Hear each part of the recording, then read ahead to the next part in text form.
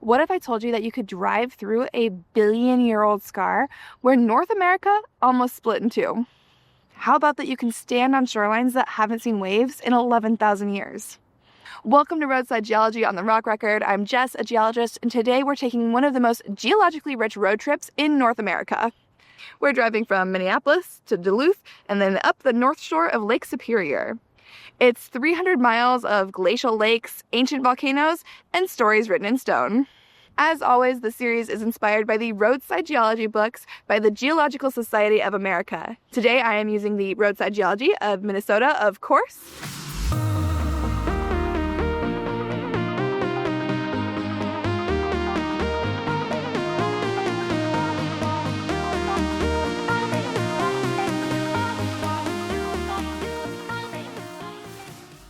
Alrighty, so now we're going to be heading northeast out of Duluth on Minnesota Highway 61, officially called the North Shore Scenic Drive, but the locals just call it the North Shore Highway. This 153-mile stretch hugs the shoreline of Lake Superior, and we're driving right along one of the most significant geological features in North America, that Midcontinent Rift that we've been talking about. It's been a long day. I can't talk. Note, I did say that Minnesota 61 hugs Lake Superior. That does not mean you get to see it because trees. So if you're driving north, just look to your right and just imagine that it's there. Sometimes you catch glimpses of it. So Minnesota 61 might hug Lake Superior, but you really can't see it usually because of the trees. If you're wanting to actually drive along Lake Superior, I highly recommend this scenic drive route. It has the similar stops and viewpoints, so fair warning on that. That's my recommendation. Lake Superior is absolutely massive. It is the largest freshwater lake in the world, having 31,700 square miles of surface area and 1,026 miles of shoreline. It contains 40% of the nation's fresh surface water and 10% of the world's fresh water, about 3 quadrillion gallons. Wow. It is not the largest lake in terms of water volume. That honor belongs to Lake Baikal in Russia. The Ojibwe called the lake Kichigumi, meaning big lake. And honestly, that feels like an understatement when you're standing here on the shore. To me, it kind of looks more like an ocean just looking across there.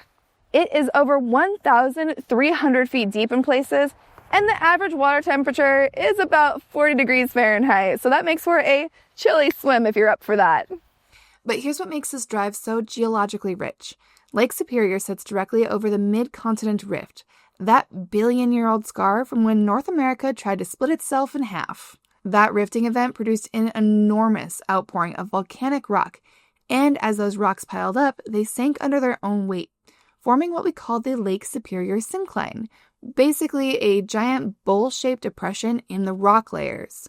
Then, much more recently, in the last few tens of thousands of years, glaciers scoured out the softer sedimentary rocks that had been deposited on top of all of that volcanic material, carving the basin that Lake Superior now sits in, like we talked about in the Skyline Drive section. So everything you're seeing along this drive, those dark cliffs, those waterfalls, those rocky shorelines, it's all part of the North Shore volcanic group. Mostly basaltic lava flows, stacked one on top of the other, and tilted about 20 degrees toward the center of the lake. If you could stack all of these flows vertically, they'd be about 6 miles thick. Just a quick side note, these rocks may be old, but our understanding of our Earth is never done, and we're constantly learning new things. Even though these rocks are over 1 billion years old, scientists today are still refining the timeline of how this rift system evolved and fizzled out. A new study published in October 2025 looked at some of the very last pulses of magma up near the US-Canada border, about 1.093 billion years ago. If you want to go full deep-time detective and really dig into the Midcontinent Rift story, I'll link that paper below. It is so cool to see that we're still learning new things about this old rift. This historical marker here at French River marks the first town site surveyed on the U.S. portion of the North Shore. The town was called Clifton, platted back in 1855 after copper exploration brought in prospectors hoping to strike it rich. They dug several exploratory shafts looking for native copper, the same kind that had been found on Isle Royale and Michigan's Keenan Peninsula, but the town just never got developed. I guess you could say this was another ghost story of the North Shore. Ah, here we go. Here it is. All right, between mileposts 18 and 19 is the Knife River Rest Area. And heads up, the Google Map pin is not correct for this, but we found it. Just go to the Google Map pin and then keep going. Supposedly, if we walk down these stairs to the river, oh my gosh, there's a lot of stairs. But supposedly it's worth it. So I guess I'll let you know and you'll find out here first if it's worth it or not. Oh, look, more stairs. All right, here in the stream bed, we are seeing basalt flows. They're kind of reddish here on the weathered surface from the iron in the basalt oxidizing over time. If you can find a freshly broken piece, which you might be able to around here somewhere, it should be jet black. If you look along the stream bed, you'll start to see rounded boulders. During low water, they're kind of just sitting here in the stream bed, but when the river floods, there's enough power to move and tumble these massive rocks. That is how they get so smooth and rounded. This is kind of a not so gentle reminder that rivers are one of the most powerful erosional forces on the entire planet. Now, back up all of these stairs to the next spot, and I gotta put a hat back on. My hair is getting crazy. So here in Two Harbors, there are two natural bays, Agate Bay and Burlington Bay, which are separated by a thick basalt lava flow you can actually walk out onto. Back in 1884, this was where the first iron ore mined in Minnesota shipped out. It came by rail from the Vermilion District in northeastern Minnesota, and there's a little wood-burning locomotive called the 3-Spot on display near the bay downtown. It hauled the very first ore in 10 small cars. Two Harbors is still a major shipping port today, sending taconite pellets from the Mesabi Iron Ore Range down to the lower Great Lakes steel mills. In those ore boats, they're as long as 3 football fields. I just glanced over and saw it has to be one of the iron shipping ships, and holy cats, that is a big boat. If you've got time, walk down to the swimming beach near Highway 61. You might find agates in the beach gravel. Most of these agates are orangish red because of the trace amounts of iron oxide.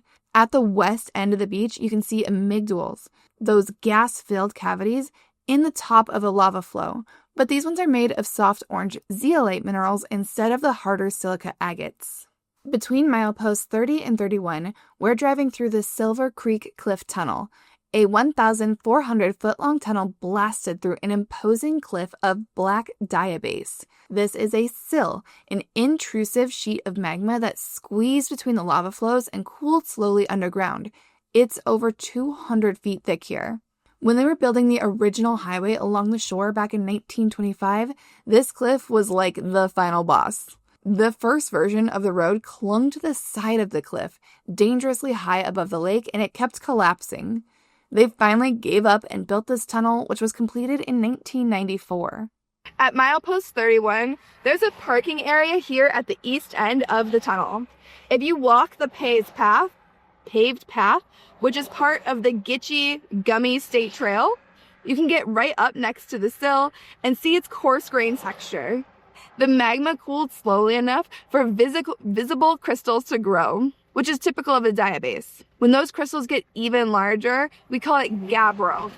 There's also a great overlook here with interpretive signs about Lake Superior and the local geology. Between mileposts 39 and 40, we're pulling into Gooseberry Falls State Park. This is one of the most popular stops on the North Shore, and for good reason. The Gooseberry River cascades over multiple basalt lava flows, forming 3 distinct waterfalls: Upper Falls, Middle Falls, and Lower Falls. You can see these falls via paved, handicapped accessible trails, which is so cool. All right, from the visitor center, take the short path down to Middle Falls. It is the most spectacular and easiest to see, which is great if you have a short amount of time. When you're standing at the overlook, you're actually standing on top of an undulating basalt flow that's about 10 feet thick. That billowy, pillowy texture formed because the top of the lava flow cooled rapidly when it hit the air. Just beneath that shell top, you'll see amygdaloids, those mineral-rich filled cavities that I mentioned earlier. Gases flows through the hot lava but got trapped because of that already cooled and solidified top. Later, after this flow was buried by younger flows, hot water circulated through and deposited minerals in those cavities. You can actually distinguish 3 different lava flows here at Middle Falls. The one you're standing on, a thinner one above it, and then a thick one at the top that has those really distinct columnar joints.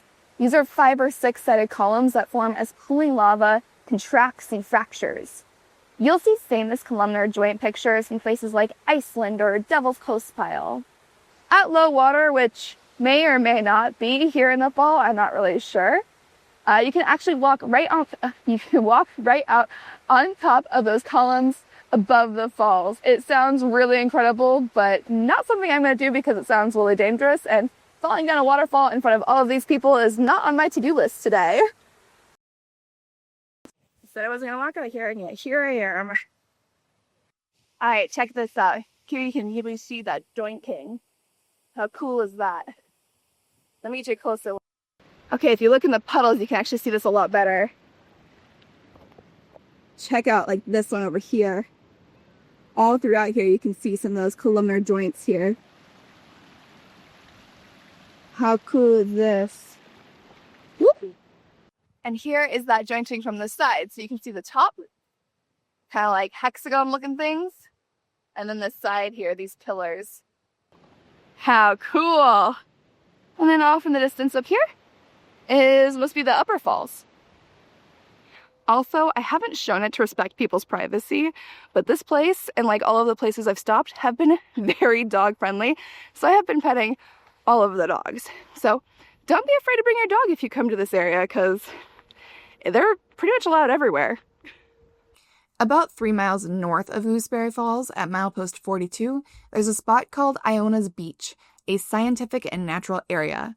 The beach here is kind of unusual. Instead of sand, it's covered in flat pink pebbles called shingles, and they make this clinking sound when the waves roll over them. At the northern end of the beach, there's a shore cliff of pink rhyolite, and that is the source of all of those pebbles. So it's about a 10-minute walk from this parking area to the actual beach, Iona's Beach. I ain't got time for that. I got places to be, but that's okay. On to the next stop. If you're interested in walking, biking, or like e-biking, I think e-bikes are allowed. There's like a trail that leads to most of these stops that here on the North Shore. Not my thing. I got places to be, but very cool that there's like a nice paved trail right along the highway here. So if you want to get a closer look at these rocks that I'm mentioning, that's a great way to do it. Next time I might have to rent an e-bike. Between mileposts 43 and 44, you'll cross the Split Rock River. Look for the gravel bar at the mouth of the bay. It's a textbook example of how rivers deposit sediment when they hit slower moving water. And then near Milepost 45, there's a wayside rest with a spectacular view of Split Rock Lighthouse. Okay, this next stop was really busy, and I'm on a pretty limited time, so I didn't want to have to pay to visit it. So here's a pro tip. On the southern side, so what if you're heading to this stop or away from it, there's like a pull-off that has a view of this stop. It's free. It's great. It talks a little about it. I'll put the pin in the description, but it's our secret. The lighthouse was completed in 1910 with all of the materials brought in by ship and hoisted up the cliff face. It was built in response to a massive storm in 1905 that damaged 30 ships, 4 of them right near this spot. The lighthouse operated until 1969, by which point 3 billion tons of iron ore from Minnesota's mines had passed by on ships. The cliff itself is really interesting geologically. Most of it is made of a single massive block of anorthosite, a rock that is more than 90% plagioclase feldspar. Anorthosite is pretty resistant to weathering because it lacks iron-bearing minerals like pyroxene or olivine. This big chunk was carried upward by rising magma during the rifting event 1.1 billion years ago. The sill at Split Rock has these huge, near vertical columns that formed as the cooling magma contracted and fractured. You can see the sill and its columnar joints in all of the road cuts between mileposts 45 and 50, and it's very cool. Plus, here's a fun fact. Within the Split Rock State Park boundaries, there are the remains of an early mining operation by the Minnesota Mining and Manufacturing Company, now known as 3M, from the early 1900s. They thought that they were mining corundum, a super hard mineral used in abrasives, with a hardness of 9 on the Mohs scale. Now, diamond is a 10, so 9 is pretty dang hard. But it turns out what they were mining was a northocite with a hardness of only 6. You could say that 3M had a bit of a rocky start. Between mileposts 53 and 54, you'll see a massive industrial complex. That is the Silver Bay Taconite plant, Minnesota's first large-scale taconite processing facility built in the 1950s. There are signs directing you to the scenic overlook and viewpoints up here to really appreciate the scale of this place, but I'll also drop the pin in the description. I actually have a whole video out about the Black Beach here in Silver Bay. It's made from taconite tailings, and it's a pretty unique geological feature, so check that out if you want to dig deeper into this area itself. At about milepost 57, there's a narrow, winding paved road that leads up to Palisade Head. Fair warning, it is not passable for buses or trailers. But if you're driving a regular car, you can make it up there, and it is one of the most spectacular viewpoints on the North Shore. Palisade Head is an erosional remnant of a rhyolite lava flow that's up to 310 feet thick. The flow is about 3 miles long and 2 miles wide, and Palisade Head rises about 350 feet above the lake, one of the highest points in the North Shore. This rhyolite has been radiometrically dated to 1,096.6 million years old. When you're standing here at the top, you're standing on the tops of big columns formed by cooling joints. If you look closely at the rocks beneath your feet, you'll see small pink to white rectangular crystals of orthoclase feldspar. And you'll see darker, more rounded crystals of glassy quartz. This is all set in a very fine-grained matrix. And it's a bit hard to see with the lichen on top. Once it erupted and reached the cooler air, it crystallized so rapidly that only tiny crystals, invisible to the naked eye, had time to form. In fact, studies show that the very top and bottom of this flow cooled so quickly that only glass formed, no crystals at all. This is personally my stopping point on this road trip, but I'm going to walk you through the rest of up north. I just am not going to drive it because I am running out of time and willpower. I do have to get to work tomorrow, so that's about a 4-hour drive south. So we're not driving north, but I'm going to walk you through it via Google Earth.